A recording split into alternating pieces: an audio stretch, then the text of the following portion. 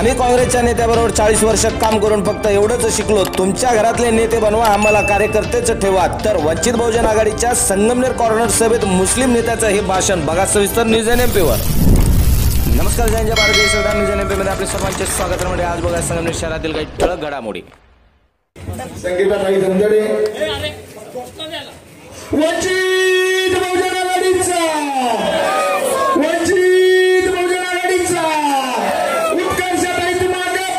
नगर जिल्ह्याचे संपर्क प्रमुख आजीज भाई वोरा अगदी 2 मिनिटात आपल्याला मार्गदर्शन करतील. अस्सलाम वालेकुम. सभी समतावादी महापुरुषों को मैं पहले अभिवादन करता हूँ. दोस्तों, मैं काफी देर से यहाँ बैठ के सोच रहा था कि मैं हिंदी में बोलूं या मराठी में बोलूं.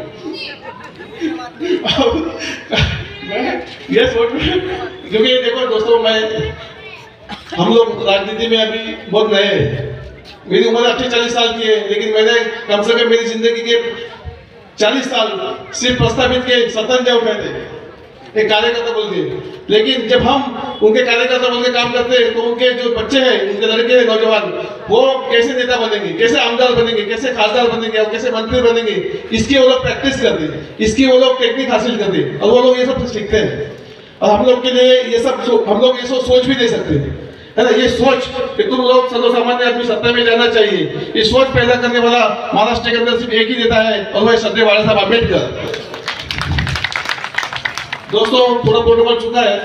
आदरणीय व्यासपीठ आणि उपस्थित माझ्या सर्व बंधू आणि भगिनींनो, या ठिकाणी मित्रांनो, गेले काही दिवस आमच्या मित्र या ठिकाणी वंचितच्या माध्यमातून आमच्या सर्व सहकाऱ्यांनी खेड्यापाड्यात आणि संगमनेर शहरात अतिशय चांगल्या पद्धतीने पिंजून काढलेला आहे, अतिशय चांगल्या पद्धतीने प्रचार केलेला आहे.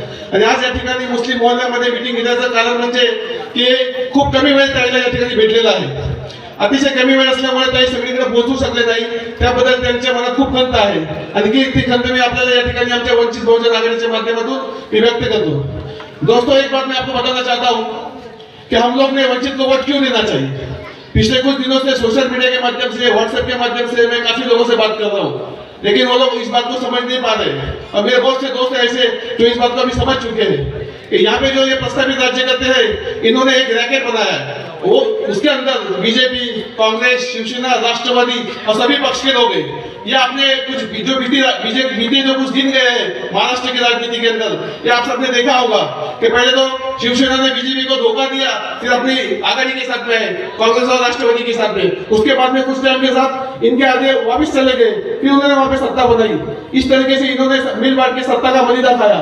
और जब वंचित बहुजन आघाड़ी ने कि जो निष्कलंक लोग सत्ता में भेजना चाहे, निष्कलंक लोग जो सर्वसामान्य लोग हैं, जो ईडी को डरते नहीं है, ईडी उनका कुछ बिगाड़ नहीं सकती, ऐसे लोगों को सत्ता में भेजने का एकमेव माध्यम है वंचित बहुजन आघाड़ी.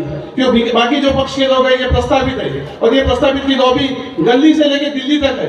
यह अक्सर हमको बोला जाता कि हमको देश में हुकुमशाही आई है, हमको हुकुमशाही हटानी है, हमको इस हुकुमशाही के खिलाफ लड़ना है. लेकिन मेरे दोस्तों, ये कोई नहीं बोलता कि हमको हर तालुके में जो घरानेशाही है इसको पहले हटाना है. क्योंकि देश के अंदर जो लोकशाही है उसके बीच हर तालुके में और हर गांव में हर बस्ती में है. इनकी एक लॉबी है ऊपर से नीचे तक. ये नए लोगों को, गरीब लोगों को सत्ता में नहीं जाने देना चाहते. इनके पास लाखों करोड़ों की दौलत है. एक नगर सेवक बनने के लिए 20-25 लाख रुपए लग जाते हैं, और जब 20-25 लाख रुपए खर्चा करने के बाद जब कोई नगर सेवक बनता है तो उसकी जनता के मसलों का उसका कोई लेना देना नहीं रहता. एक आमदार बनने के लिए आज किसी का 100 करोड़ बजट है तो किसी का 50 करोड़. एक खासदार बनने के लिए आज 100 करोड़ 200 करोड़ के हम तो बात सुन रहे हैं, कई जगह पे तो 500 करोड़ खर्चा हो गया. इस भानुशाही के माध्यम में सर्वसामान्य आदमी सत्ता में नहीं जाना चाहिए. इसके लिए इन्होंने एक रैकेट बनाया है, और उसको जो कोई भी इसमें घुसना चाहता है उसको ये लोग बी टीम बोल के इस तरीके से उसकी बदनामी करते हैं. हम सबको इनके इस षड्यंत्र को समझना है. और श्रद्धेय बाळा साहेब आंबेडकर लगातार इस जो परंपरा, ये जो बाळा साहेब आंबेडकर लगातार इस मानसिकता के लोगों से लड़ रहे हैं. लेकिन हम वंचित लोग, हम उनके प्रचार को मान लेते हैं, और हम लोग बाळा साहेब आंबेडकर की भूमिका को समझते नहीं है. यूट्यूब के माध्यम से हर तरह से हमको समझना चाहिए. आज मैं पिछले 5 साल से अम्बेडकर साहब के साथ में काम कर रहा हूँ. वरना इसके पहले मुझे भी ऐसा लगता था कि नहीं, जो पब्लिक का जो माइंड सेट किया है ये बिल्कुल सही है. आप मुझे बताओ, हमने यहाँ पे 2 साथियों को बुलाया. देखो, बहुत वक्त कम है, मैं माफी चाहता हूँ, यहाँ पे हमारे पास वक्त कम है, फिर भी कुछ बातें बताना जरूरी है. हमारे जो दो साथी है, राहुल से आए, एक बालागांव नांदूर के और एक गोवा के, पिछले साल से वो लोग इतने परेशान है, उनको बाइकआउट किया गया। मुझे एक बात बताओ, अम्बेडकर साहब का ना कोई आमदार है ना कोई खासदार है, लेकिन लगातार वो अपने पक्ष के माध्यम से औहा तालुके में उनकी जो संगठन है उसके माध्यम से समाज के लिए लड़ रहे हैं। लेकिन ये जो आमदार खासदार है, जो राष्ट्रवादी के, शिवसेना के, जो आज आघाड़ी में है, वो इतने दिन कहाँ चले गए थे? आज उनका प्रचार करने के लिए संगमनेर के अंदर लोग आ रहे हैं। एक वक्त था शिवसेना ने कितनी नीचे के लेवल पे जाके मुसलमानों की बदनामी की। एक वक्त था जब जो मंदिर मस्जिद का विषय है तो हमको गर्व है कि हमने मस्जिद को गिराया, ये सब बातें वो बोलते थे। मुझे एक बात बताओ, औरंगाबाद का नामांकन किया, उसका भी राजकारण किया। औरंगजेब जो है अभी इस दुनिया से जा चुके हैं, कोई मुसलमान उनको याद नहीं करता, फिर भी ये लोग उसको याद करके उसकी राजनीति करने जाते हैं। वहां पे भी हमारे अम्बेडकर साहब जाते हैं, औरंगाबाद में जाकर उनकी कब्र पे फुलहार किया कि भाई जो इस दुनिया से जा चुका है उसका हमारा कोई दुश्मनी नहीं है। अब जो है बीती बातों को निकालने में कोई मतलब नहीं है। जब हमारे देश में धर्मनिरपेक्ष लोकशाही स्वीकारा, हमने संविधान स्वीकारा, उसके बाद में हमको कोई अधिकार नहीं पीछे बातें निकाल के। कायदा सुव्यवस्था, चाहे बीजेपी हो, चाहे कांग्रेस हो, चाहे किसी की भी सत्ता हो, उसका काम है कि इस देश का लोकतंत्र मजबूत हो, संविधान मजबूत हो। लेकिन ये लोग इसी संविधान के माध्यम से और इसी लोकतंत्र को अपने मतलब के हिसाब से यूज कर रहे हैं। हमको ये सब षड्यंत्र समझना चाहिए। दोस्तों, यार टिप्पू सुल्तान के नाम से भी यहाँ पे राजनीति करने की कोशिश की गई, उसको भी हमारे अम्बेडकर साहब ने सातारा की सभा के अंदर बड़े मंच के ऊपर उनके फोटो लगा के और उनको फुलहार अर्पण करके वो मुद्दा भी उन्होंने दफन कर दिया। यहाँ पे नवशियात के नाम पे, धर्म परिवर्तन के नाम पे इन लोगों को कोशिश चाहती है कि बदनामी किया जाए। इस देश ने जब धर्मनिरपेक्ष लोकशाही स्वीकारी है, हमारे को संविधान ने अधिकार दिया है, हमको जो चाहे वो धर्म हम स्वीकार सकते हैं, हम जिस चाहे उस धर्म का प्रचार कर सकते हैं। अगर किसी को कोई धर्म पसंद नहीं तो सब छोड़ के नास्तिक भी बन सकता है, ये संविधान ने दिया हुआ अधिकार है। इसलिए हम लोग को इस चीजों से डरने की जरूरत नहीं। हम ये चाहते हैं, यहाँ पे हमारी ताई एक सही उम्मीदवार है।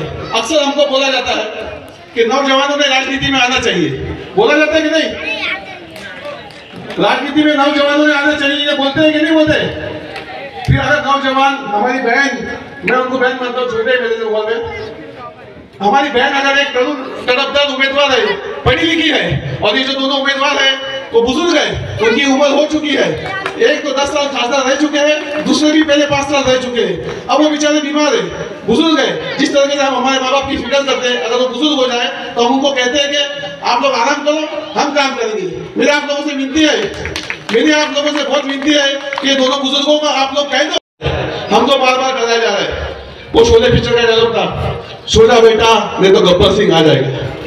गब्बर सिंह तो आता नहीं, लेकिन बच्चा सो जाता। उसी तरह आज हमको बोलते हैं आघाड़ी को वोट दो नहीं तो बीजेपी आ जाएगी। अरे बीजेपी आए या कोई भी आए, हमको ये सोचना है कि सामने वाला उम्मीदवार की क्वालिटी क्या है। हम लोग अगर इस डर की राजनीति के शिकार हो गए तो हम लोग अच्छे लोगों को कभी भी नहीं भेज सकते। जिस तरीके से मोदी की राज में कचरा भी चले गया था लोकसभा में, उस तरीके मोदी की विरोधी राज में हमको कचरा नहीं भेजना है लोकसभा में, अच्छे लोगों को भेजना है। इसका आत्मपरीक्षण हमको करना है। मेरे दोस्तों, मैं आपको रिक्वेस्ट करता हूँ, बिल्कुल किसी की बातों में मत आओ। हमारे संगठन के जो नेता है वो कांग्रेस के, उनके कार्यकर्ता है, कुछ आरएसएस के भी है उनके साथ, अलग अलग टाइप के लोग हैं उनके साथ में। वो लोग क्या करते हैं, साहेब विधानसभेला तुमचे, लोकसभेला आम्ही मोदींचे, तुम्ही आम्हाला काही बोलायचं नाही। लेकिन मैंने देखता हूँ जो कार्यकर्ता है बाहर यहाँ पे कांग्रेस के नेता के, वो लोग इतने मानसिक गुलाम हो चुके हैं, तो अपने निर्णय नहीं ले पाते। मैं तुमको एक कहना चाहता हूँ, अगर तुम पढ़े लिखे हो, तुम जानकार हो और राजनीति को समझते हो, तो तुमने उम्मीदवार के कंपटीशन करना चाहिए। इसमें पढ़ा लिखा कौन है, अनपढ़ कौन है, किसकी मानसिकता क्या है। अगर आप लोग ये नहीं करेंगे तो हम अच्छे लोगों को राजनीति में आगे नहीं भेज सकते, और इसके जिम्मेदार हम है। हमारे साथी ने बहुत अच्छा किया कि मुसलमानों को कहा गया था अल्लाह ने कि मजलूमों का साथ दो, लेकिन हम आज भी जुल्म जालिमों का साथ दे रहे हैं। ये कांग्रेस यहाँ पे जो थी, आज भी हम अम्बेडकर साहब कांग्रेस के साथ जाना चाहते थे, लेकिन मुझे बहुत दुख हुआ था, लेकिन चलो किसी कारण वो नहीं जा पाए, ये भी मेरे लिए खुशी की बात है। इसके बावजूद अम्बेडकर साहब ने 7 जगह पे कांग्रेस को बिन विरोध सपोर्ट दिया है, ये बात हमको समझना है। और जहां भी अम्बेडकर साहब ने उम्मीदवार दिए वहां पे कांग्रेस ने उनके उम्मीदवार खड़े किए। इस सब राजनीति को यहाँ पे समझना चाहिए। बहुत कम है, आप सबकी मैं माफी चाहता हूँ। मुझे धन्यवाद।